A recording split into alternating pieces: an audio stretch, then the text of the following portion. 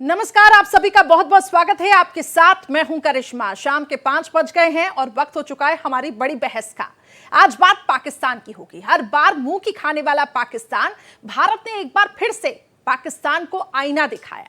अब हुआ यूं कि संयुक्त राष्ट्र महासभा में पाकिस्तानी प्रधानमंत्री शहबाज शरीफ ने कश्मीर की तुलना फिलिस्तीन से की, तो भारतीय डिप्लोमेट भाविका मंगल नंदन ने पाकिस्तान की इस हिमाकत का मुंह तोड़ जवाब दिया। भारतीय राजनयिक ने शहबाज के बयान को न सिर्फ हास्यास्पद बताया, बल्कि जमकर खरी खोटी सुनाई है। अब पाक के हर आरोप पर भारत ने सख्त जवाब देते हुए कहा कि आतंकवाद और मादक पदार्थों की तस्करी से चलने वाला मुल्क हमें ज्ञान दे रहा है। उसे यह समझना चाहिए कि भारत के खिलाफ सीमा पार आतंकवाद के नतीजे उसे निश्चित रूप से भुगतने होंगे। कई बार यूएन में पाकिस्तान को भारत के ऐसे जवाब सुनने पड़े हैं, लेकिन पाकिस्तान है कि मानता ही नहीं। भारत ने यूएन में पाकिस्तान को आखिर क्या क्या कहा है? पाक के हर आरोप और भारत के हर जवाब पर आज हम चर्चा करेंगे अपने मेहमानों के साथ, लेकिन उसके पहले आपको दिखाते हैं ये रिपोर्ट।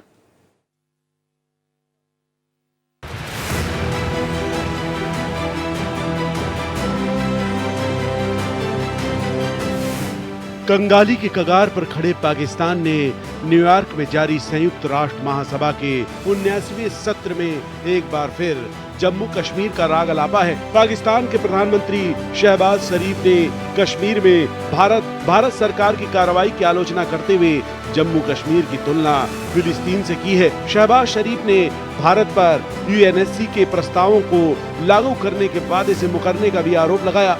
साथ ही जम्मू कश्मीर से आर्टिकल 370 हटाने की भी आलोचना की।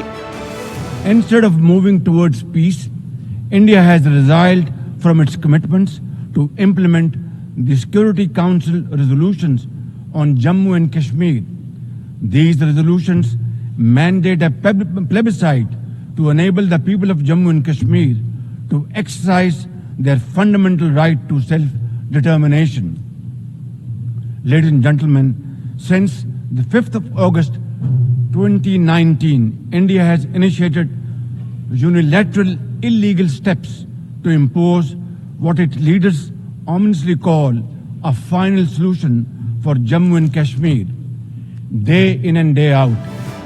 शहबाज के इन आरोपों का मुंहतोड़ जवाब देते हुए भारतीय डिप्लोमेट भाविका मंगल नंदन ने कहा कि पाकिस्तान की वैश्विक छवि आतंकवाद को बढ़ावा देने वाली है। वो अपने पड़ोसी के खिलाफ सीमा पार आतंकवाद को हथियार के तौर पर इस्तेमाल करता है। यह हास्यास्पद है कि एक राष्ट्र जिसने 1971 में नरसंहार किया और जो आज भी अपने अल्पसंख्यकों पर लगातार अत्याचार करता है, वो असहिष्णुता और भय के बारे में बोलने की हिम्मत करता है। This assembly regrettably witnessed a travesty this morning. A country run by the military with a global reputation for terrorism, narcotics trade, and transnational crime has had the audacity to attack the world's largest democracy. As the world knows, Pakistan has long employed cross-border terrorism as a weapon against its neighbors. It has attacked our parliament, our financial capital Mumbai, marketplaces, and pilgrimage routes. The list is long. For such a country to speak about violence anywhere is hypocrisy at its worst. It is even more extraordinary for a country with a history of rigged elections to talk about political choices, that too in a democracy. It is ridiculous that a nation that committed genocide in 1971 and which persecutes its minorities relentlessly even now dare speak about intolerances and phobias, whose policies attract the dregs of many societies to make it their home. We must make clear how unacceptable his words are to all of us. आपको बता दें कि पाकिस्तान बार बार UN में कश्मीर का मुद्दा उठाता रहा है। इससे पहले भी वो कई बार इस तरह की बयानबाजी कर चुका है जहां पहले उसे तुर्की जैसे देशों का साथ मिल जाता था, वहीं इस बार वो कश्मीर मुद्दे पर पूरी तरह से अलग थलग पड़ चुका है। इस बार तुर्की के राष्ट्रपति ने यूएन में दिए अपने संबोधन में एक बार भी कश्मीर का नाम नहीं लिया, जिसे पाकिस्तान के लिए बड़ा झटका माना जा रहा है। Bureau report, Bharat express.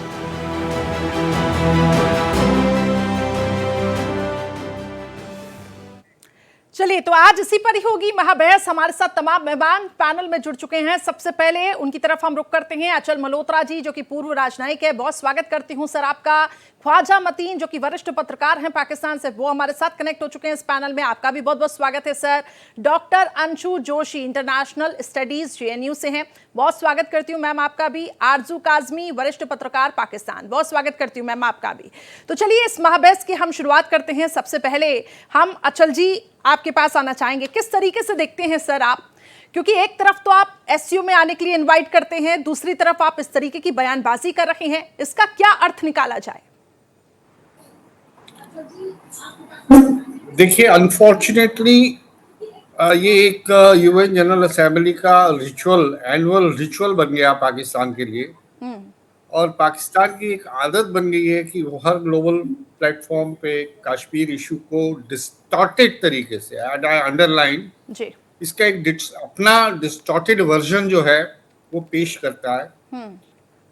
और इस बात से भी अभी तक उसे कोई सीख नहीं मिली पाकिस्तान को कि धीरे धीरे ऑलमोस्ट जो भी सपोर्ट थी पर्टिकुलरली वेस्टर्न वर्ल्ड से वो खत्म हो चुकी है। आज की तारीख में उनकी बात को इको करने वाला कोई भी नहीं। उसके करीबी तुर्की के राष्ट्रपति एर्दोगान हो या फिर दूसरे सऊदी अरेबिया, यूएई, इन्होंने तो बहुत पहले से ये कहना शुरू कर दिया कि भैया ये आपके द्विपक्षीय मामला है, बायलैटरल इशू है, आप इसे अपने आप से ही संभाल लीजिए, इसे अंतर्राष्ट्रीय जो आप इसका इंटरनेशनलाइजेशन करने की कोशिश करते हैं उसका कोई फायदा नहीं है। बिल्कुल। जिस यूएन रेजोल्यूशन की ये बात करते हैं वो ऑब्सोलीट हो चुका है। और ये कभी इस बात को नहीं बताते कि उसकी एक बहुत ही इम्पोर्टेंट क्लॉज थी कि पाकिस्तान को अपनी फोर्सेस को वापस विड्रॉ करना था, तभी उसके बाद माहौल बनता और शायद प्लेबिसाइट की बात होती, जिसके बारे में बार बार बात करते रहते। तो उस बात का तो ध्यान ही नहीं देते। फिर ये भी कन्वीनियंटली भूल जाते हैं कि इवन यूएन सेक्रेटरी जनरल ने एक टाइम पे कहा था इस रेजोल्यूशन की अब कोई वैल्यू नहीं रह गई। और सबसे बड़ी बात, खुद इन्होंने शिमला एग्रीमेंट में इस चीज का करार किया था कि एक बायलैटरल इशू है जी, और आपस में बैठ के हम इसे सुलझाएंगे। लेकिन हर बार लगातार इन्हें ये रहता है कि कोई मौका, कोई इंटरनेशनल प्लेटफॉर्म मिले जी, और वो उसके ऊपर जाके इस मुद्दे को उठाएं। 370 के एब्रोगेशन के बाद तो ये और भी दमखम से आगे आए।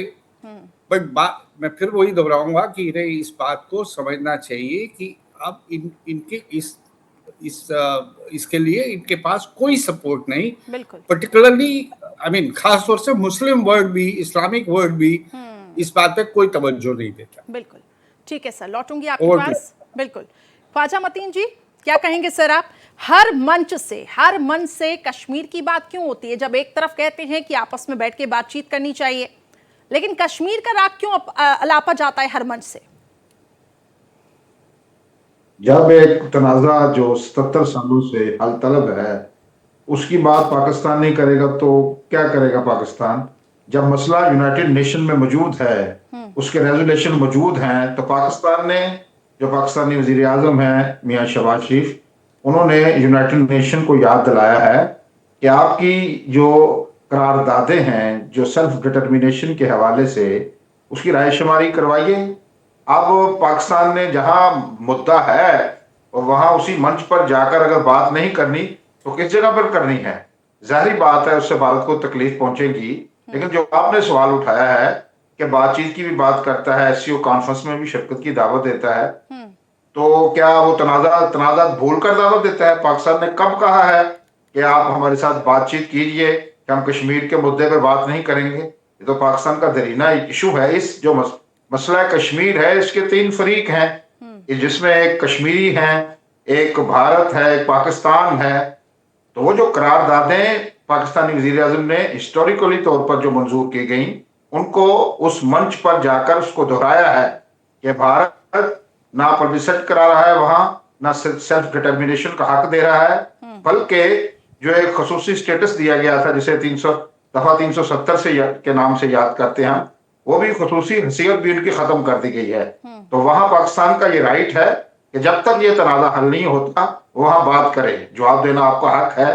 लेकिन जिस तरह बात की मुझसे पहले कि जब शिमला एग्रीमेंट हो गया था, शिमला एग्रीमेंट में ये कहाँ लिखा है कि अक़वाम मुत्तहिदा का जो इशू है वहां जाकर खत्म हो गया है। और यूनाइटेड नेशन की जो करारदादें हैं, एक बात जहन में रखिए, तो दो ममालिक जब आपस में कुछ बात कर लेते हैं तो वो तनाज़ा आलमी सतह पर तो मौजूद रहता है। ये जब तक कश्मीरियों को राय शुमारी का हक नहीं मिलता, ये तनाज़ा बरकरार है ना। ये भारत को समझ लेना चाहिए कि जब तक कश्मीरियों को वो हक नहीं देता, वो उस वक्त तक ये इशू जिंदा रहेगा। आप कश्मीरियों को राय शुमारी का हक दीजिए, वो फैसला कर लेंगे कि उन्होंने भारत के साथ जाना है या पाकिस्तान के साथ जाना है। जबरन तो आप कुछ भी कर सकते हैं, वो तो जबरन तो आप 70 सालों से कर रहे हैं, उनके हकूक आपने सल्ब कर रखे हैं। ये बात तो पाकिस्तानी प्राइम मिनिस्टर ने नहीं करनी, तो किसने करनी है? उन्होंने अपना फर्ज की अदायगी की है, और पाकिस्तान हर मौके पर जब तक ये तनाज़ा हल नहीं होता बात करता रहेगा, ये उनका राइट है। ठीक है, पाकिस्तान जब बात करेगा तो भारत भी फिर इसका जवाब देगा। डॉक्टर अंशु भी हमारे साथ कनेक्ट हैं। डॉक्टर अंशु जोशी, किस तरीके से इसको देखा जाए? क्या जम्मू कश्मीर में चुनाव जैसे ही नजदीक आते हैं या होने को होते हैं या हो रहे होते हैं, क्या उन चुनावों को प्रभावित करने के लिए इस तरीके के बयान दिए जाते हैं? देखिए, अंतरराष्ट्रीय मंचों से इस प्रकार की दुर्भाग्यपूर्ण टीका टिप्पणी करना, किसी देश की संप्रभुता में, स्ट्रेटेजिक ऑटोनॉमी में आकर दखलंदाजी करना, ये सारी चीजें वैसे तो किसी प्रजातांत्रिक देश को शोभा नहीं देती, पर पाकिस्तान से ये सब एक्सपेक्टेड। तो सारे और दुनिया के जो तमाम देश हैं वो भी इस चीज को जानते हैं। यही कारण है कि पाकिस्तान की बीते सालों में जो एक छवि बनी है वो एक ऐसे देश की बन गई है कि जब खुद के यहाँ इकोनॉमिक क्राइसिस बीते महीनों में हमने देखा किस तरह से बड़ा राजनीतिक संकट चला, बहुत आर्थिक संकट से तो जूझ ही रहा है पाकिस्तान। एक देश दुनिया में ऐसा नहीं था जो पाकिस्तान को उधार तक देने के लिए तैयार। तो खुद की जनता हाहाकार कर रही है, अपनी जनता को देने के लिए आटा तेल शक्कर नहीं है। अपने जो पीओके में लोग रह रहे हैं वो हाहाकार कर रहे हैं, वो तो उल्टा भारत से बार बार गुहार लगाते रहते हैं कि हमारी जान बचाओ। बलोच लोगों के मानवाधिकारों के हनन पर तो अंतरराष्ट्रीय मंचों से पाकिस्तान को कितनी बार फटकार पड़ चुकी है। और इस प्रकार की छवि बनाई है कि अलकायदा के चीफ ओसामा बिन लादेन जैसे आतंकवादियों को पनाह देने वाला, तालिबान ISIS जैसे आतंकवादियों को अपने यहाँ पे फलाने फूलने वाला, और जाकर के दूसरे देशों के संप्रभुता में इंट्रूड करने वाला देश, इस प्रकार की छवि पाकिस्तान ने बना ली है। और यही कारण है कि जब अंतरराष्ट्रीय मंचों से पाकिस्तान इस प्रकार की बात करता है तो कोई तवज्जो भी नहीं मिलती है। क्योंकि देखिए, जब हम जम्मू और कश्मीर की बात करते हैं, कश्मीर भारत का अभिन्न हिस्सा है। और जो धारा 370 हटाई गई है वो इसलिए हटाई गई है कि एक देश में दो विधान, दो निशान, दो प्रधान, दो संविधान नहीं चल सकते। एक इंटीग्रेटेड संविधान है, उसका अपना एक सम्मान है, और वो निश्चित तौर पर जब कश्मीर भारत का एक अभिन्न अंग है तो वहां पर भी लागू होगा। अब पाकिस्तान को इस चीज से समस्या इसलिए हो रही है क्योंकि इससे कहीं ना कहीं जो राजनीतिक तौर पर हम देख रहे हैं, जो पाकिस्तान के प्रधानमंत्री ने बात भी कही कि भारत डेमोग्राफी चेंज करने की बात का प्रयास कर रहा है या बाहर के लोगों को आकर के बसा रहा है। भैया, भारत के जो अपने भारतीय हैं, जो भारत के नागरिक हैं, वो भारत के संविधान के दिए गए अधिकारों के अनुसार देश के किसी भी कोने में जाकर बच सकते हैं, बिल्कुल, और रह सकते हैं, अपनी नौकरी कर सकते हैं, एंटरप्रेन्योरशिप कर सकते हैं, पढ़ाई कर सकते हैं। तो उससे कश्मीर कहां से अलग थलग हो गया? तो पाकिस्तान को अपनी आंतरिक जो स्थितियां हैं, जो समस्याएं हैं, वहां जो लोगों का मानवाधिकारों का हनन हो रहा है उस पर ध्यान दिया जाना चाहिए। यदि भारत की ओर देखें तो वैश्विक स्तर पर भारत की जो छवि है वो आज एक विश्व गुरु की, विश्व मित्र की, विश्व बंधु की छवि है। और यही कारण है कि अब जो तुर्की जैसे देश है वो भी इस बात को बहुत अच्छे से समझ रहे हैं और इसीलिए कश्मीर की बात नहीं कर रहे हैं, क्योंकि वे जान रहे हैं कि कश्मीर भारत का अभिन्न हिस्सा है। ठीक है, ठीक है, लौटूंगी आपके पास। आरजू काजमी जी, बलूचिस्तान में जो अलगाववाद की आग तेज हो रही है, क्या इसको दबाने के लिए पाकिस्तान का ये दमनकारी रवैया है? अब यही एक वजह है कि इंटरनेशनल फोरम पे इस तरीके के बयान होते हैं, लेकिन साथ तो देखिए अब तुर्की का भी नहीं मिला। आरजू। देखें, ये कोई नई बात नहीं है कि पाकिस्तान के कोई भी प्राइम मिनिस्टर जब गए यूएन में तो उन्होंने जाकर कश्मीर की ही बात की है। और इस बात को उन्होंने कभी, शायद अभी तक शहबाज शरीफ साहब की गवर्नमेंट तक ये बात नहीं समझ पा रहे कि पाकिस्तान की इकोनॉमी की जो हालत है, तो पाकिस्तान की बात कोई भी नहीं सुनेगा, चाहे वो ठीक बात ही क्यों ना करें, चाहे गलत करें या सही, लेकिन कोई पाकिस्तान को इस वक्त कोई इंपॉर्टेंस नहीं मिल रही। लेकिन ये बात हमारे प्राइम मिनिस्टर्स को समझ नहीं आती, और जो लोग इनको इनकी स्पीचेस लिखकर देते हैं, जो डिक्टेशन देते हैं, वो भी राइटर एक ही हैं। आप इमरान खान देख लीजिए, नवाज शरीफ, या कोई भी प्राइम मिनिस्टर जो पाकिस्तान का आया हो, वो यूएन में जाके एक ही तरह की बातें करते हैं, कश्मीर कश्मीर करते रहते हैं, और अपनी साइड के कश्मीर का क्या हाल कर रखा है सारी दुनिया देख रही है। लेकिन हमें इस तरफ देखने की जरूरत महसूस ही नहीं हो रही है कि अब लोग हमें नहीं सुन रहे, या लोग हमें देख रहे हैं कि हम किस हाल में हैं। और अपनी साइड कश्मीर में कौन सा इन्होंने न्यूयॉर्क बना दिया है, या कौन सी बहुत ज्यादा प्रोग्रेस कर दी है जिसकी वजह से जाके बात कर रहे हैं। सारी बात यह है कि कश्मीर हमारे लिए, या उन लोगों के लिए जो पाकिस्तान चलाते हैं, जो पॉलिसीज बनाते हैं, उनके लिए एक बिजनेस है। और इसीलिए हम नहीं चाहते कि पाकिस्तान जो है वो किसी तरीके से भी भारत के साथ इस कश्मीर इशू से बाहर निकल सके, क्योंकि अगर ऐसा हो गया तो फिर जाहिर है लोग कहेंगे कि अब क्या जरूरत है वहां पे फौज रखने की, या क्या जरूरत है भारत से लड़ाई झगड़ा करने की। एक तरफ हम कहते हैं हमें ट्रेड करनी है और बात करनी है, दूसरी तरफ हम जाकर नेगेटिव किस्म के कमेंट्स देते हैं। तो ये दो तरीके के हमारे जो डुअल, एक हमारा एक तरीका रह गया कि हम हर जगह जाके अपने दोहरे चेहरे दिखाते हैं, चाहे अफगानिस्तान हो या कश्मीर हो। तो ये अब ज्यादा दिन चलने वाली बात है नहीं। इस वक्त जो शहबाज शरीफ साहब ने कहा, उनकी बात को तो भारत तो क्या पाकिस्तान में भी बहुत से लोग पसंद नहीं कर रहे। बिल्कुल, और यही एक वजह है कि अब देखिए प्रतिक्रियाएं भी आने लगी हैं, और जिस तरीके से इंटरनेशनल फोरम पे यहाँ पे भारत की तरफ से जवाब दिया गया, उसमें कई बातों का जिक्र किया गया, जिसमें अल्पसंख्यक को लेकर भी कहा गया कि वहां पे पाकिस्तान में क्या हालत है, इस्लामोफोबिया, इसका भी जिक्र हुआ था पाकिस्तान की तरफ से कि भारत में बढ़ता जा रहा है, भारत में अल्पसंख्यकों के साथ क्या हो रहा है। लेकिन सवाल यही है पाकिस्तान में आखिर क्या हो रहा है। अचल मल्होत्रा जी, आपने सुना इस वक्त कि आखिर हर मन से ये कहा जा रहा है, ख्वाजा मतीन जी ने भी कहा कि आखिर पाकिस्तान क्यों ना बात करे। लेकिन सवाल वही है, क्या इस प्लेटफॉर्म की जरूरत थी इन बातों के लिए, और क्यों ये बयान क्यों दिए जा रहे हैं? किसी को उकसाने के लिए दिए जा रहे हैं?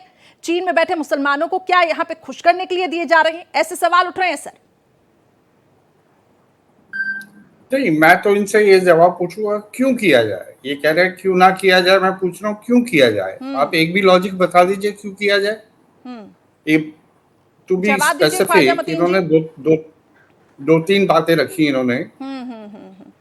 देखिए, इनकी सरकार, मिलिट्री, सबकी तरह ये इनकी अप्रोच बहुत ही सेलेक्टिव है।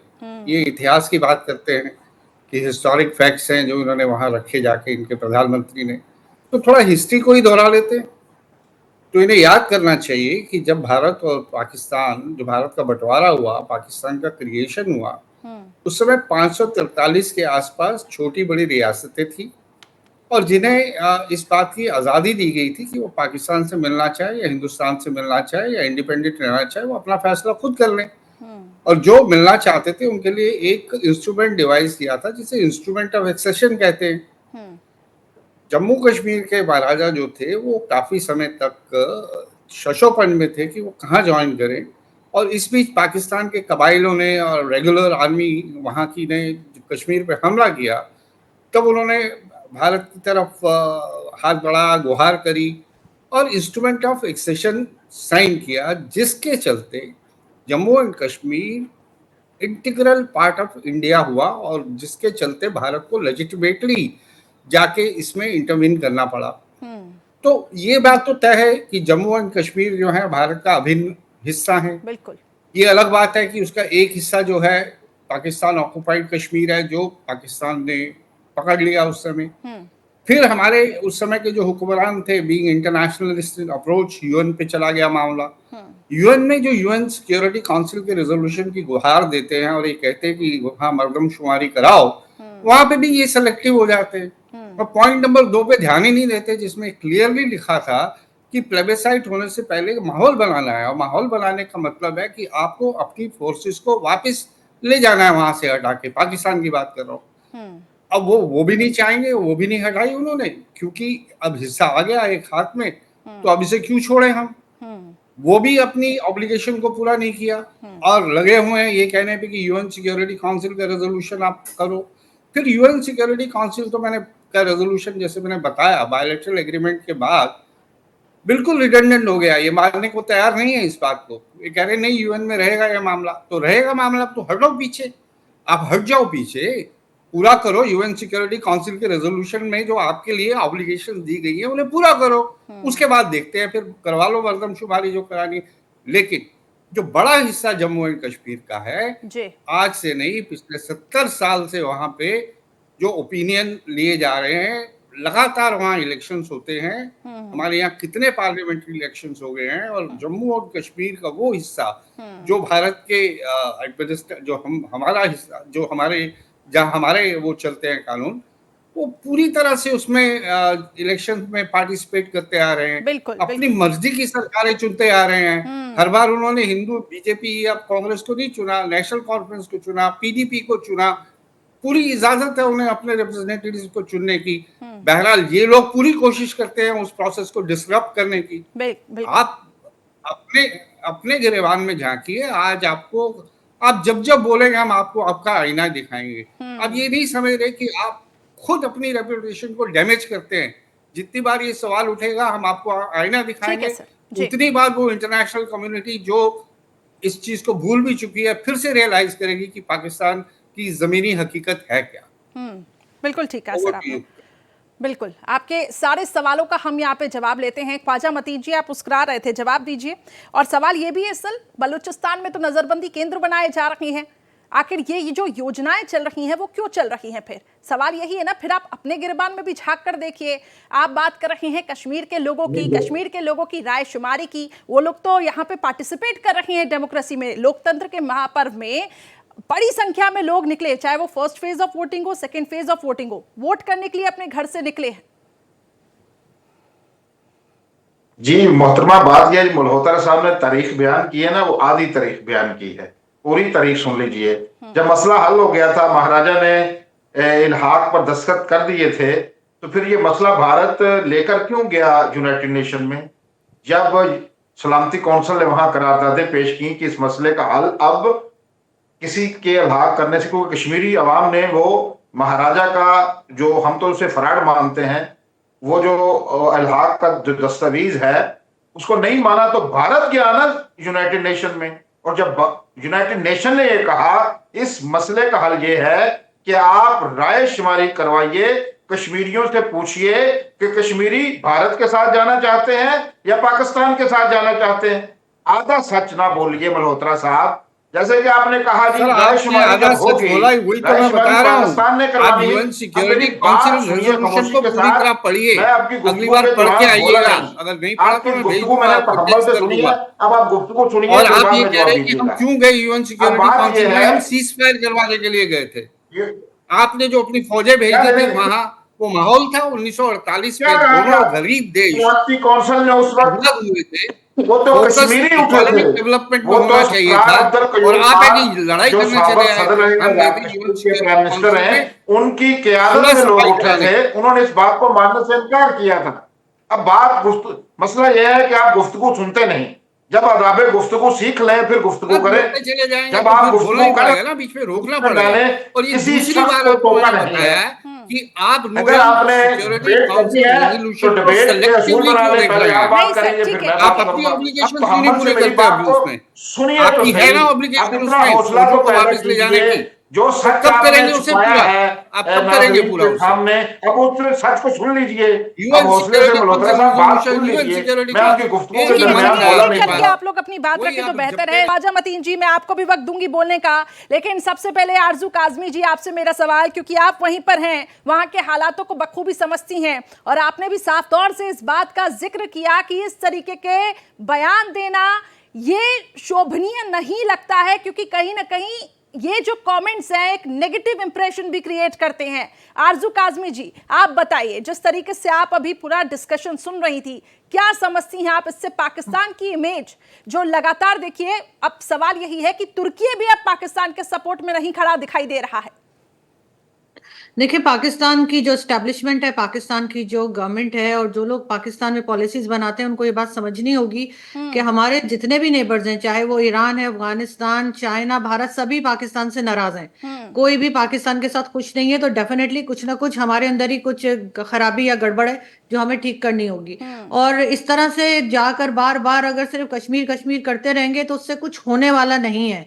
यहाँ पर तो ये बात भी चल रही है कि आपके यहाँ जिस तरह से इन्वेस्टमेंट की जा रही है आपकी साइड कश्मीर में, अगर पाकिस्तान भी अपने तौर पे जितना भी बजट है कुछ इन्वेस्टमेंट करे। हमारे यहाँ ना तो इंटरनेट चलता है, ना मोबाइल सर्विसेज ठीक है कश्मीर की। जो हम भारत को कहा करते थे कि वहां पर मोबाइल सर्विसेज बंद है या इंटरनेट सर्विस बंद है, वो हमारी साइड कश्मीर में ये सब कुछ चल रहा है। तो हम जब तक अपने आप को ठीक नहीं करेंगे वहां जाकर यूनाइटेड नेशन में, मुझे नहीं लगता कि किसी ने भी पाकिस्तान की इस बात के ऊपर जरा सा भी कान धरा होगा। लेकिन अनफॉर्चुनेटली हमारे जो भी लीडर्स जाते हैं यूनाइटेड नेशन में, वो एक जगह से डिक्टेशन लेके जाते हैं और सभी को मालूम है कहाँ से डिक्टेशन मिलता है। और इसी वजह से अगर आप उनकी पुरानी स्पीचेस निकाल के देखें तो ऑलमोस्ट एक ही जैसी बात करके ये लोग वापस आ जाते हैं। इनके पास कुछ नया नहीं है देने के लिए। बिल्कुल। ख्वाजा मतीन जी, सुना आपने आवाम पाकिस्तान की क्या चाहती है, पाकिस्तान के क्या हालात हैं?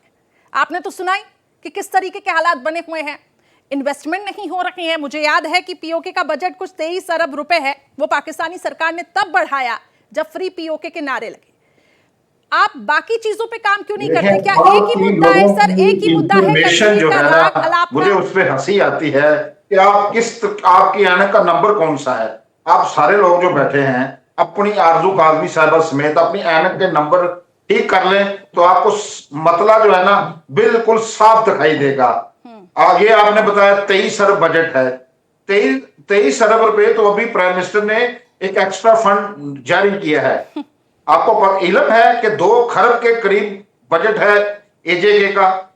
और जो सर्विसेज की बात कर रही हैं, अभी जो दूर दराज इलाके हैं, पहाड़ी इलाके हैं, वहां मेरी अभी सुबह कुछ 10 लोगों से बात हुई है। पता नहीं इनको सर्विसेज आपकी खुद की बंद है या आपके कान बंद है या आपकी नजर कमजोर है। ये जो 7 अरब डॉलर का, सुन ले बात, आप बात सुन लिया करें। 7 अरब डॉलर का भी IMF ने पैकेज दिया है।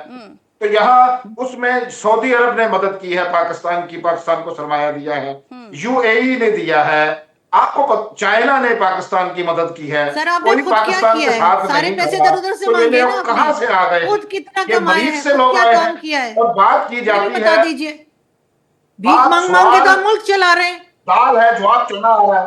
अभी बात सुने, सवाल किया गया है मकबूजा कश्मीर में इस वक्त प्राइम मिनिस्टर ऑफ पाकिस्तान ने जो बात की है कि वहां के लोगों को हकूक नहीं मिले, पाकिस्तान ये हक रखता है यूनाइटेड नेशन की करारदादों के मुताबिक, वो ये बात करे।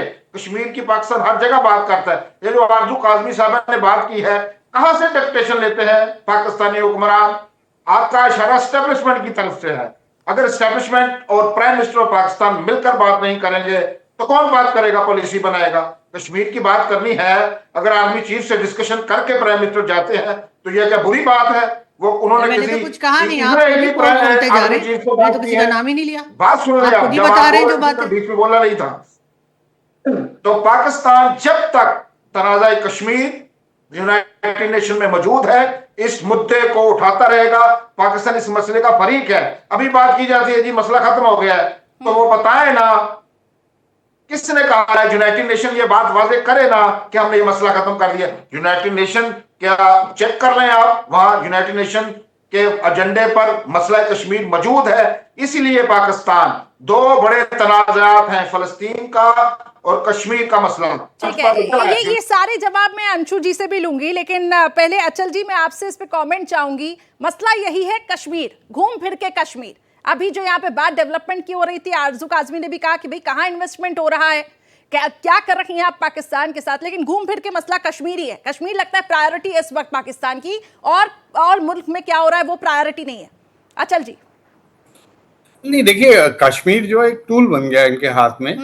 पाकिस्तान की जो एंटी इंडिया जो अप्रोच है, जब तक ये मुद्दा जिंदा नहीं रखेंगे, इनके पास जो है अपनी वजूद को बनाए रखने के लिए पूरे पाकिस्तान में एक इमोशनल कार्ड खेलने के लिए कि देखिए कश्मीर हमारा है, भारत ये कर रहा है, तो इन सब चीजों के लिए ये इनकी एक जरूरत बन गया है कि कश्मीर के मुद्दे को किसी ना किसी तरीके से जिंदा रखा जाए। और इसके दम पे हो सकता है ये जो बात कर रहे हैं, सऊदी अरेबिया ने इतने पैसे दिए, यूएई ने कितने पैसे दिए, ये भी इमोशनल कार्ड खर्च करके इन्होंने पैसे ले लिए, लेकिन वो पैसा जा कहाँ रहा है उसका हिसाब अगर कोई लेगा तो पता लग जाएगा कि डेवलपमेंट में कितना गया, लोगों की जेब में कितना गया, और आतंकवाद को बढ़ाने में उसमें से कितना खर्च हुआ है, खरबों रुपयों में से। बहरहाल ये तो एक बात है कि ये कश्मीर उनके लिए जरूरत बन चुका है। ये बोलते रहेंगे, मैं बता रहा हूँ, ये बोलते बोलते नहीं थकेंगे। ये नहीं समझते कि लोगों के कान पक गए हैं इनकी इस बात को सुन सुन के। मैं बता रहा हूँ एक दिन ऐसा आएगा जब ये बोलना शुरू करेंगे तो लोग यूएन जनरल असेंबली के हॉल में से बाहर निकल के जाना शुरू हो जाएंगे। जैसे इजराइल के नेतन्याहू आए जब बोलने के लिए यूएन जनरल असेंबली में, तो दुनिया बहुत सारे डेलीगेट्स ने उठ के हाल खाली कर दिया था कि उन्हें मालूम था कि ये क्या बोलने वाले। तो ये टाइम आ जाएगा जब लोग कहेंगे चलो यार बाहर चाय पीने चलते हैं, कॉफी पी के आते हैं, ये तो लटा लटाया बोलने आ रहे हैं, इसे नहीं सुने या नहीं सुने इससे क्या फर्क पड़ता है। तो भैया वो नौबत आने से पहले गुजारिश है मेरी आपसे, अच्छे पड़ोसी बनो। कल्चरल हमारी एफिनिटी है, एक टाइम था एक ही जमीन पे हम रहते थे, अब छोड़ो इन बातों को, रियलाइज करो कि हकीकत क्या है, जमीनी हकीकत क्या है। अब ये देखो हमारे कश्मीर की तरफ देखो, उन्हें हम पूरा मौका दे रहे हैं डेवलप होने का, पूरी इसमें इन्वेस्टमेंट की जा रही है। और अभी इलेक्शंस हो रहे हैं यार, उसके क्लिप्स देख लो, इंटरनेशनल ऑब्जर्वर्स आके चले गए हैं वहां, देख के जा रहे हैं, एंडोर्समेंट्स हो रही हैं वहां पे, और आप लगे हैं वहां की डेमोग्राफी चेंज करने में, आप लगे हैं उसके नाम पे पैसा बटोरने में, आप लगे हैं उस पैसे को आधा जेब में डालने के। तो इन सब चीजों से ऊपर उठिए भाई साहब, और बार बार ये यूएन सिक्योरिटी काउंसिल रेजोल्यूशन की अगर आपने रट लगानी है तो अपनी ऑब्लिगेशन जो है ना उसमें नंबर 2 पॉइंट उसे पहले पूरा कीजिए। ठीक है सर, हटिए वहां से, विड्रॉ करिए अपनी फोर्सेस को, फिर सोचेंगे आगे क्या करना। बिल्कुल बिल्कुल। और यही जब आप बात करते हैं बातचीत की, तो फिर आप बातचीत करिए, फिर इंटरनेशनल फोरम पे जाके इस तरीके के बयान देने का क्या मतलब। बहुत बहुत शुक्रिया हमारे साथ जुड़ने के लिए सर। अचल मल्होत्रा जी बहुत बहुत शुक्रिया। डॉक्टर अंशु जोशी, क्या आप भी इससे इत्तेफाक रखती हैं कि कश्मीर को एक टूल बना के यहाँ पे इस्तेमाल किया जा रहा है, जिस तरीके से आरजू काज़मी का भी कहना था, एक डिक्टेशन है, ये एक स्क्रिप्टेड है, ये हर मंच पे आके आपको यही बात बोलनी है? बिल्कुल सही बात है। ये क्राइंग बेबी बन जाता है पाकिस्तान, और कश्मीर के नाम के जरिए पाकिस्तान जो एक फेल्ड स्टेट हो चुका है, उस अपने स्टेटस को पूरे विश्व से छुपाता है। भाई आप अपने बजट का कितना प्रतिशत हिस्सा आर्मी पर, आर्म्स रेस पर और अपनी मिलिट्री पर खर्च कर रहे हैं, ये देखिए पूरी दुनिया आज की तारीख में इस बात को जानती है। आप एक ऐसा देश है जो है तो डेमोक्रेटिक, लेकिन आपके यहाँ डेमोक्रेटिक वैल्यूज के कोई अते पते नहीं है। आपकी जो सेना है वो आपका शासन चला रही है।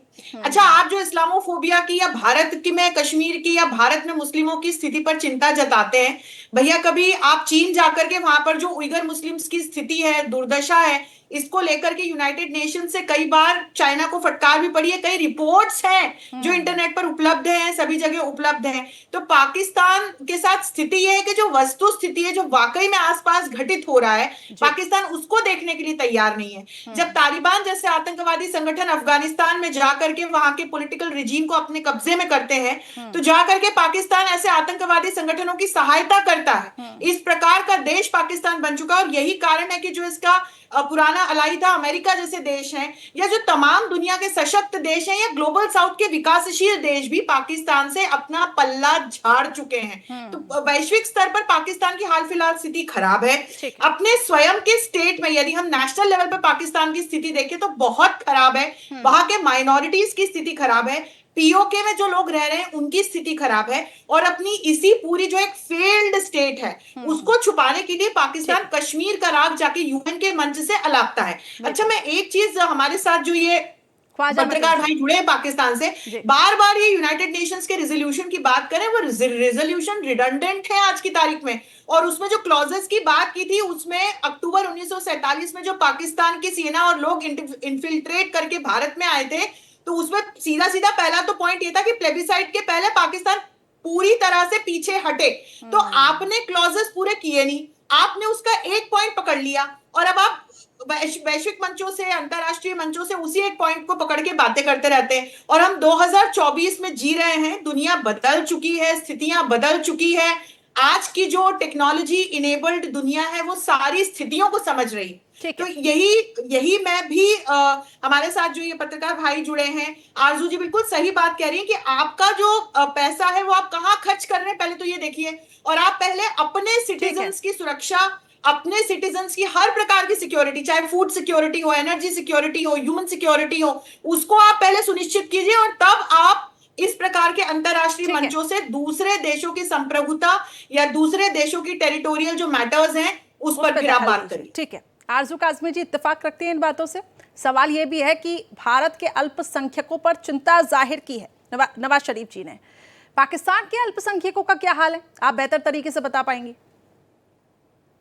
जी, वो तो सबके सामने है ही, सभी जानते हैं कि किस तरह से पाकिस्तान में माइनॉरिटीज का क्या हाल है। अगर मैं सही समझी हूँ आपके उस वर्ड का मतलब, बिल्कुल बिल्कुल हिंदी सॉरी वो डिफिकल्ट हिंदी थी, मेरी समझ में नहीं आई। लेकिन ये है कि आप माइनॉरिटीज की बात कर रही हैं तो बिल्कुल माइनॉरिटीज का जो हाल है हमारे यहाँ वो सबके सामने है। शहबाज शरीफ ने साहब ने जाकर जो है वो इस्लामोफोबिया के ऊपर बात की है, तो इस्लामोफोबिया पे बात करने से पहले वो ये देख लें कि पाकिस्तान में माइनॉरिटीज का क्या हाल है। यहाँ पर मुसलमान को मार रहा है, जला रहा है और टीएलपी जैसे लोगों को खुला छोड़ रखा है और कोई उनके ऊपर ना बात कर रहा है, ना ही प्राइम मिनिस्टर की आवाज निकली है, ना ही आर्मी चीफ को मैंने कुछ कहते सुना है। ये जरूर है कि मेरे और मेरे जैसे कई दूसरे जर्नलिस्ट जो हैं उनको थ्रेट्स मिल रही हैं और उसके ऊपर भी कोई एक्शन नहीं लिया जा रहा। तो ऐसी सिचुएशन में जाकर प्राइम मिनिस्टर अगर हमारे जो है वो दुनिया की बात करेंगे, भारत की या किसी भी दूसरे देश की बात करेंगे, तो मेरे ख्याल है ये उन्हें सूट नहीं करते। ख्वाजा मतीन जी, जर्नलिस्ट को थ्रेट मिल रही हैं, क्या कहेंगे? ये तो बहुत ही सीरियस इशू है, इस पे आखिर क्यों नहीं काम किया जाता है? क्यों आखिर ऐसा माहौल क्यों बन रहा है पाकिस्तान में? क्या इस पे विचार नहीं किया जा रहा है? कोई विचार करें, इस पे एक प्रोग्राम रख लें जर्नलिस्ट के हवाले से, इंडिया में जर्नलिस्ट के क्या हालात हैं और पाकिस्तान में क्या हालात हैं, इस पे बात कर लेंगे। अभी तो आज तो कश्मीर के मुद्दे की बात छेड़ी थी आपने। आरजू काज़मी जी ने आपको, आरजू काज़मी जी ने ही आईना दिखाया है भारत के हालातों को लेकर, पाकिस्तान के हालातों को लेकर उन्होंने पूरी स्टोरी भारत को भी बताया कि आखिर किस तरीके से भारत का इन्वेस्टमेंट हो रहा है। जो उनका इंसानी कमीशन है, ह्यूमन राइट्स कमीशन की रिपोर्ट पढ़ लें। इंडिया किस नंबर पर है माइनॉरिटीज के बुरे सलूक के हवाले से और पाकिस्तान किस नंबर पर है, आपको आंखें खुल जाएंगी, आपको हकीकत नजर आना शुरू हो जाएगी। ये माइनॉरिटीज पे हर जगह पे, इंक्लूडिंग पिछले दिनों आपने वाकयात देखे, बरतानिया में वाकयात पेश आए जिन्होंने माइनॉरिटीज की दुकानों पर हमले किए, कारोबारी मराकज तबाह किए, घर जलाए। ये तो दुनिया भर में इस तरह के वाकयात होते हैं। लेकिन देखना यह है कि भारत का कितना नंबर है माइनॉरिटीज के साथ सलूक पे, जहां लोगों को दिन दहाड़े अकलियत की बुनियाद पर उनको तशद्दुद का निशाना बनाया जाता है। ये देख लें आप कितना नंबर है भारत का, तो आपको साफ नजर आना शुरू हो जाएगा। डॉक्टर अंशु जोशी, जवाब दीजिए, भारत के हालातों पे सवाल उठा रहे हैं भाई साहब। विश्व की सबसे तेजी से बढ़ती हुई अर्थव्यवस्था भारत है। ग्लोबल साउथ की बुलंद आवाज के जो सवाल पूछा है वो मुझे बताएं, क्या वहाँ खवातीन के साथ रेप कितने हो रहे हैं? डेमोक्रेटिक वैल्यूज के साथ स्ट्रेटेजिक ऑटोनॉमी को लेकर दूसरे देशों की संप्रभुता का सम्मान करने वाला भी देश भारत है। वसुधैव कुटुंबकम पहले पाकिस्तान के अपने गिरेबान में झांके तो फिर सवाल पाकिस्तान के हवाले से उठाइए। जब भारत की इतनी बुरी हालत है, इस हवाले से भारत है, उसमें हम पाकिस्तान के कल्याण की भी बात करते हैं, क्योंकि कहीं ना कहीं हमारा पड़ोसी देश है भारत और पाकिस्तान। किसी समय तो एक अखंड भारत का हिस्सा पाकिस्तान था ही। तो भारत हमेशा नहीं होते, लेकिन दुनिया भर में भारत चाहता है रेप के हवाले से अंतरराष्ट्रीय मंचों पर, चाहे आप बायलैटरली देखिए, चाहे आप मल्टीलैटरली देखिए, दुनिया के चाहे विकसित देश हो, चाहे विकासशील देश हो, चाहे अविकसित देश हो, आज भारत के साथ हाथ लगाई जाए, ये लोगों पर लगाई जाए। तो ये मोदी को भी समझाइए ना, वास्तविक परिस्थिति नरेंद्र मोदी को भी ये बात समझाइए कि ये जो पैसे हैं, ये जो फंड्स हैं, ये हमने आवाम के लिए खर्च करने हैं। स्थितियां बनी हुई है, आपके लोगों को आटा नहीं मिल रहा, फ्यूल नहीं मिल रहा, शक्कर नहीं मिल रही, आपके मॉल्स की इनॉग्रेशन आपको किसने बताया है? में क्या हालत कर ये झूठ आपको किसने बताया है? आटा चाहिए आपको, मैं भेज देता हूँ आपको आटा। ख्वाजा मतीन जी ठीक है, खबरें ख्वाजा मतीन जी ठीक है। आरजू काज़मी, क्या हाल है पाकिस्तान के, जरा बताइए। कह रहे हैं कि सब चंगा। मुझे नहीं पता कि ये कौन से देश की बात कर रहे हैं कि जहाँ पे सब कुछ ठीक चल रहा है, लोगों को यूटिलिटी बिल देने में कोई प्रॉब्लम नहीं आ रही, लोग खुदकुशियां कर रहे हैं पाकिस्तान में, लेकिन मुझे नहीं पता कि ये साहब कहाँ रहते हैं, जो इन्हें मालूम नहीं है। लोगों ने कुछ दिन पहले अपने बच्चों को एक आदमी ने जहर दे दिया सिर्फ इसलिए कि वो अफोर्ड नहीं कर पा रहा था। मुझे नहीं पता कि आप किस पार्टी को सपोर्ट कर रहे हैं या कहाँ के जर्नलिस्ट हैं, लेकिन बहरहाल जर्नलिस्ट का ये काम नहीं होता है कि आप बैठकर तो आप किस वोटिंग है? मुझे तो लगता है कि आप भी कोई एजेंडा बेस, किसी ऐसी जगह कोई पे आपको रहते किसी होंगे ने कोई जहाँ पे पट्टी लोग बहुत बढ़ाई है, अमीर कोई लोग पूछे रहते है होंगे आपके जो और आपकी लोगों को चाबी कोई मरोड़ता है। प्रॉब्लम नहीं मैं तो होगी, इंडिपेंडेंट लेकिन तरीके पाकिस्तान पेश की कर रहा हूँ मेजोरिटी परेशान है। पाकिस्तान की मेजोरिटी को यूटिलिटी बिल्स जिस तरह के आ रहे हैं, और अभी IMF का लोन जो उठाया है गवर्नमेंट ने, उसके ऊपर जो कंडीशंस मानी गई हैं, उसके बाद लोगों ने बिल पाकिस्तान के अदा लोगों किए की हैं। हालत और खराब होने वाली यहाँ है। बिजली खत्म और हो ये गई वो है, आम आटा लोग हैं खत्म हो गया है। जो ये कौन 9 to बताता है 5 आपको? जॉब किस करते जगह से हैं आई या आप? जो वर्क मरीज फ्रॉम में होम रहती करते हैं, हैं, आइए ये मेरे उन साथ लोगों की आइए, बात नहीं मैं है। और आपको ये दिखाऊं, जो कि आटा पार्लियामेंट भी में है, बैठे बिजली हैं, भी जो है, सारी कि चीजें। करोड़ों और अरबों रुपए खा के वहाँ लोगों की और भाग जाते हैं, लंदन पहुंच जाते हैं या किसी और कंट्री में चले जाते हैं, ये उन लोगों की बात नहीं हो रही, वो आम लोगों की बात हो रही है जिनका जीना मरना पाकिस्तान में ही है। वो लोग परेशान हैं और वो लोग खुदकुशियां ना तक कर रहे हैं, फैलाइए। लेकिन मुझे हैरत है फेक न्यूज कि का ये दौर साहब जो अब अपने आप को है, जर्नलिस्ट इसको बता आप रहे ना हैं, उनको फैलाइए। इस बात यहाँ का सब कोई कुछ है, खबर नहीं है। यहाँ अरबों रुपए भी है, आटा भी है, बिजली भी है। अपना सर, एनएक आपके का घर में नंबर ठीक होगा ना, कीजिए, आपको सारी लोगों चीजें के यहाँ घरों में मिलेंगी। नहीं है। मेरे मैं साथ आपके घर की आइए। बात आप नहीं कर रही हूँ, आपके आप घर में कहाँ हैं इस मतीन जी, वक्त? कई आप ऐसे आइए वीडियोस भी पाकिस्तान में। सामने आए हैं जिसमें लोग आटे के लिए तरस रहे हैं। कई ऐसे, वो पूरी दुनिया ने देखे हैं सर, कई ऐसे वीडियोस सामने आए, कई ऐसी फोटोज सामने आई जिसमें लोग तरस रहे हैं बुनियादी चीजों की। अब जब आईना दिखाया जा रहा है तो बताइए ना सर, ये आम लोगों की बात हो रही है। आरजू काजमी जी तो बता रही है ना वहां के हालातों के बारे में, और ये रिकॉर्ड भी है सर। हो रही है, मैं कहाँ रहता हूँ? यूटिलिटी बिल्स को लेकर, लेकिन बताइए रहता हूँ, लग रहा है कि मैं सब इधर ही बड़े रहता आराम हूँ। से तो वही तो पूछ रही मैं है, आपको आप कहाँ के हालात बता रही हैं? आपको दिखा दूं यहाँ के हालात क्या है। दूर जी। बैठ कर आपको शायद धुंधले धुंधले हालात नजर आ रहे हो, यहाँ आइए, मैं आपकी मेजबानी करने के आपको लिए तैयार पाकिस्तान हूँ। में आपको खुदकुशियां पता नहीं चल दिख जाएगा रही यहाँ है। हालात क्या है। पाकिस्तान में जो बलूच लोगों के साथ हो रहा है वो नहीं दिख रहा है, आपको भारत में क्या हो रहा है बस वही दिख रहा है। दूध का दौर खत्म हो गया है। ये मर गए, लुट गए, ये पता नहीं कहाँ की कहानियां, अब ये माजी के किस्से हो गए। बताइए यहाँ आरजू आइए, काजमी आपको पता चल जाएगा ये पाकिस्तान किस जगह पे खड़ा है, यहाँ क्या क्या है। ये पाकिस्तान की तो एक अलग ही तस्वीर पेश कर रहे हैं आरजू काजमी जी, आप भी वहीं पे हैं, आप वहां के हालातों को बता रही हैं, लेकिन ये मुझे तस्वीर नहीं तो कुछ मालूम अलग कि है। ये पाकिस्तान के कौन से एरिया में रहते हैं या दुनिया के कौन से कोने में रहते हैं कि इनको कुछ पता नहीं पाकिस्तान में क्या हो रहा है। तो इनके साथ मैं क्या बहस करूं? ये तो जब पाकिस्तान आए हैं, अगर ये पाकिस्तान में ही रहते हैं तो ये जरा बाहर मैं तो निकले और पाकिस्तान में जाके बैठा लोगों हूँ। की हालत देखें जगह और है फिर इस बात वक्त, करें। ये बताइए। अब पता नहीं किस आप देश किस में जगह रह रहे हैं? हैं, कि कौन सी इस कंट्री में वक्त? बैठे हैं, ये बताइए, क्या आप मैं हैं इनको किस जगह बताऊं? पे इस वक्त? मैं तो इस्लामाबाद में हूँ, आप किस जगह पे हैं सर, बताइए। मैं भी इस्लामाबाद में ही हूँ सर, लेकिन मुझे हैरत है कि आपको किसी तरह की कोई खबर ही नहीं है। घर से बाहर निकलिए सर, AC बंद कीजिए और नहीं अपना है, जरा मुझे बाहर ये निकल के लोगों लगता की है, हालत को देखिए। बताइए, इस्लामाबाद में है तो आ जाइए मेरे ऑफिस, इधर ही हूँ मैं, आपको मुझे चाय पिलाते मुझे हैं क्या जरूरत पड़ी और सर आपके आपको ऑफिस जो आने की? एनएक आप नंबर है बाहर वो ठीक निकलिए कर देते हैं। और अब निकल कर लोगों की हालत को शुरू देखिए, हो उसके जाएंगे। बाद बात कीजिए। लोगों की जो हालत है, यूटिलिटी बिल्स नहीं दे पा रहे हैं, लोग अपने बच्चों को लोगों की स्कूल से हालत उठा रहे हैं, इतनी स्कूल खराब नहीं बंद है हो रहे जितनी आप हैं, बयान कर लोगों के रही हैं। पास खाने को नहीं है, लोग परेशान लोगों हैं। ने बिजली के आप बिल बाहर भी निकल अदा के किए हैं, देखिए सर, खाना खा के भी आपके घर सोते तो हैं। सामान आ जाता होगा ना, जिस किसी पार्टी को आप फेवर कर रहे ये हैं, आपको जिस किसने ग्रुप को दिखा आप दिया फेवर है? कर रहे हैं, हो सकता है उनकी ये वजह से आपको मुझे कुछ तो मिल लगता है जाता हो, पाकिस्तान में नहीं लेकिन हर कहते। एक को तो नहीं मिलता सर। सब लोग परेशान है, चलिए, यूटिलिटी अब बिल्स किसी दो का नहीं। अलग अलग अब पिक्चर यहाँ पे पेश हो आप अगले 2 महीने का मैं आपके साथ चलता बिजली का हूँ, बिल दे जिनके दीजिए। पास आटा नहीं है उधर चलिए, आटा दो ले आते दो हैं, अलग अलग आए पाकिस्तान जी, इस्लामाबाद की ही पिक्चर अलग अलग यहाँ पे डिस्प्ले हो रखी है। अब लगता है ख्वाजा मतीन जी को ये तस्वीर से कोई इत्तेफाक नहीं है। डॉक्टर अंशु, बात फिर भारत की करते हैं। पाकिस्तान के ऐसे हालात बने हुए हैं, फिर बात भारत कश्मीर भारत का अभिन्न हिस्सा है, रहेगा, लेकिन बार बार कश्मीर में जैसे ही चुनाव होने को रहते हैं, इस तरीके के बयान दिए जाते हैं। क्या एक पर्टिकुलर समुदाय को क्या भड़काने के लिए ये बयान दिए जा रहे हैं, खुश करने के लिए ये बयान दिए जा रहे हैं?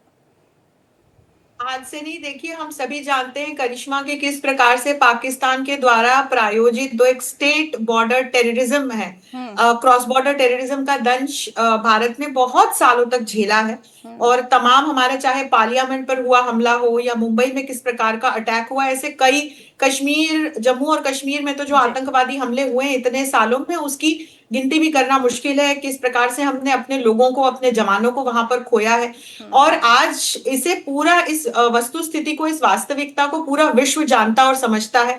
कम से कम ये एक it's a sigh of relief कि जो ये क्रॉस बॉर्डर टेररिज्म का दंश है, या जो ये इस प्रकार के राज्य हैं जो आतंकवादी संगठनों को बढ़ावा देते हैं, इनकी कम से कम पहचान वैश्विक स्तर पर हो रही है और अंतरराष्ट्रीय मंचों से इनको जमकर फटकार भी मिल रही है।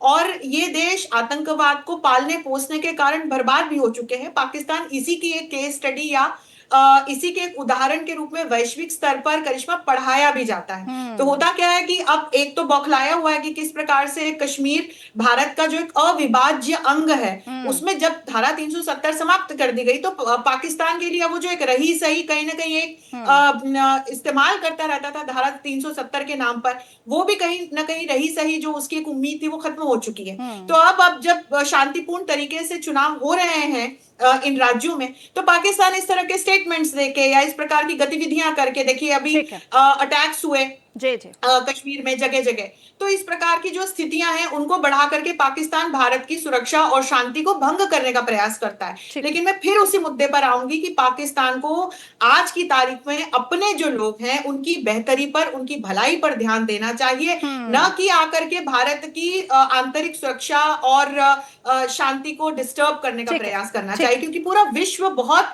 स्पष्टता से इस बात को देख पा रहा है। और भारत की जिस प्रकार की स्थिति है, ये पुराना भारत नहीं है, ये नया भारत है। तो ये बोलना भी जानता है, जवाब भी देना जानता है। बिल्कुल। और वैश्विक स्तर पर भारत का कद किस तरीके से बढ़ रहा है ये पूरी दुनिया भी देख रही है। आरजू काज़मी जी, पाकिस्तानी प्रधानमंत्री ने दुनिया में बढ़ते इस्लामोफोबिया का जिक्र किया, कहा कि कुरान का अपमान हो रहा है, मस्जिदों में हमले हो रहे हैं।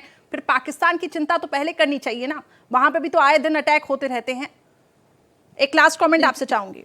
जी बिल्कुल, देखें इस्लामोफोबिया की उन्होंने बात की, लेकिन उस सबसे पहले उनको फिर ये भी देखना चाहिए कि पाकिस्तान में क्या हो रहा है और पाकिस्तान में किस तरह से मंदिर तोड़े जाते हैं, किस तरह से चर्च जलाए जाते हैं, किस तरह से गुरुद्वारे गिराए जाते हैं, माइनॉरिटी का क्या हाल है, और साथ ही साथ मुसलमान को किस तरह से मार रहे हैं। आप उठा के देख सकते हैं, वीकली किसी ना किसी के ऊपर ब्लास्फेमी का इल्जाम लगाकर उसको मार दिया जाता है और उसके बाद जिसने मारा होता है उसको हार फूल पहनाए जाते हैं, उसको हीरो बना दिया जाता है। पाकिस्तान में इस वक्त जो हालात चल रहे हैं, मेरा ख्याल है दुनिया में शायद ही किसी कंट्री में ये हालत होगी। तो इसलिए प्राइम मिनिस्टर को पहले ये देखना चाहिए था, उसके बाद बात करनी चाहिए थी। ख्वाजा मतीन जी, तस्वीर बिल्कुल साफ हो चुकी है पाकिस्तान की। ये आपको जो मंदिर और गुरुद्वारा गिराया गया है उसका नाम बता दें, कब गिराया गया है बताइए। जो चर्च, जी बहुत मंदिर गिराए गए हैं, बहुत गुरुद्वारे गिराए गए हैं, चर्च जलाए गए, 20-21 चर्च जलाए गए। मुझे हैरत है, आपको नहीं मालूम तो आप चेक कर लीजिए, गूगल कर लीजिए। यहाँ पर मैं आपको डिटेल्स देने के लिए नहीं बैठी हूँ, आई एम नॉट रिस्पॉन्सिबल। मैं आपको डिटेल्स दूं, आप देख सकते हैं। अगर आपको नहीं मालूम कि 20-21 चर्च जो जलाए गए थे पंजाब में, अगर आपको नहीं मालूम तो मुझे हैरत है। जो हर दूसरे तीसरे महीने हम देखते हैं कि मंदिर को लेकर कोई ना कोई इशू खड़ा होता है और मंदिर गिराए जाते हैं, चाहे सिंध में हो चाहे पंजाब में हो। अगर आपको नहीं मालूम तो मैं इतने ज्यादा ऐसे इंसान से जिसको अपनी ही कंट्री का पता नहीं है उसके बारे में मैं क्या कह सकती हूँ। झूठ बेचना बंद कीजिए। अच्छा, ये मंदिर गिराया गया, बल्कि माल है, एक मंदिर के इफ्तिताह किया गया है, एक मंदिर का इफ्तिताह किया गया है पिछले दिनों। मंदिर का कौन सा मंदिर का गुरुद्वारा यहाँ पे तो आपने न जाने कितने मंदिर तो आप लोगों ने तोड़ डाले। आप बात कर रहे हैं कि माइनॉरिटी का हाल बहुत अच्छा है पाकिस्तान में। मैं आपको 10 लोगों के नाम बता सकती हूँ जिनकी बेटियों को उठा के ले जाया गया है। मियां मिट्ठू के खिलाफ आवाज नहीं निकलती आप लोगों की। आपके पहले आर्मी चीफ जो थे जनरल बाजवा, उनकी और इमरान खान की पिक्चर्स है उस मियां मिट्ठू के साथ, जो लोगों को उठा के ले जाता है, उनके रिलीजन चेंज करवाता है, उनकी जबरदस्ती शादियां करवाता है। आप उस पे बात नहीं कर रहे। आपको वो 20 चर्च जो थोड़े दिन पहले जलाए गए थे वो भी नहीं मालूम है। आपको ये भी नहीं पता कि मंदिर तोड़े जा रहे हैं। आपको ये भी नहीं पता कि क्या कुछ हो रहा है माइनॉरिटीज के साथ। आपको ये भी नहीं पता कि टीएलपी वाले लोगों को जिंदा जला रहे हैं, लेकिन आप यहाँ बैठ के कह रहे हैं मैं झूठ बोल रही हूँ। तो बस ठीक है, ऐसे लोगों का मैं क्या कर सकती हूँ। कराची के सोल्जर बाजार में मंदिर को गिराया गया। ये बताया जा रहा है 150 साल पुराना ये मंदिर था। ऐसे कई किस्से हैं, कई खबरें हैं। बिल्कुल, उसके अलावा कई मंदिर गिराए गए हैं। 20 चर्चेस तो अभी रिसेंटली जला के खाक कर दिया आप लोगों ने, और अब वो सवाल लोग यही बेचारे है कुछ बोल नहीं सके। उनकी कोई वो नहीं है। मतलब अगर मुसलमान कुछ कर दे अपने ही रिलीजन के बारे में तो आप लोग कहते हैं तो ब्लास्फेमी होगी, इसको तो जान से मार दो, लेकिन आप खुद दूसरे रिलीजन के लोगों को तंग करें, उनके चर्च जलाएं, उनके मंदिर तोड़ें, जो मर्जी करें, आपके ऊपर कोई ब्लास्फेमी नहीं लगती, ठीक ना है। आपको और, कोई और, मारता है। और जो हालात मुल्क में इस वक्त बन रहे हैं वो पूरी दुनिया के सामने है। भारत के जो हालात हैं वो भी पूरी दुनिया के सामने कि किस तरीके से वैश्विक स्तर पर भारत जो है अपना कद बढ़ाता जा रहा है। बहुत बहुत शुक्रिया आप सभी मेहमानों का हमारे साथ जुड़ने के लिए। डॉक्टर अंशु जोशी जी बहुत शुक्रिया, आरजू काजमी जी बहुत शुक्रिया, ख्वाजा मतीन जी बहुत बहुत शुक्रिया। पाकिस्तान का एक अलग ही नैरेटिव आप यहाँ पे पेश कर रहे थे। बहरहाल अब ये तो दुनिया जानती है कि इस वक्त भारत कहां है और पाकिस्तान कहां है, और इस तरीके के बयान देना क्या शोभनीय है या नहीं। लेकिन इतना तो साफ है, यह बदलता भारत है। अगर आप यहां पे सवाल उठाएंगे तो पलटवार होगा, हर मंच से होगा। इसी के साथ आज की बहस में इतना ही। खबरें जारी हैं, आप देखते रहिए।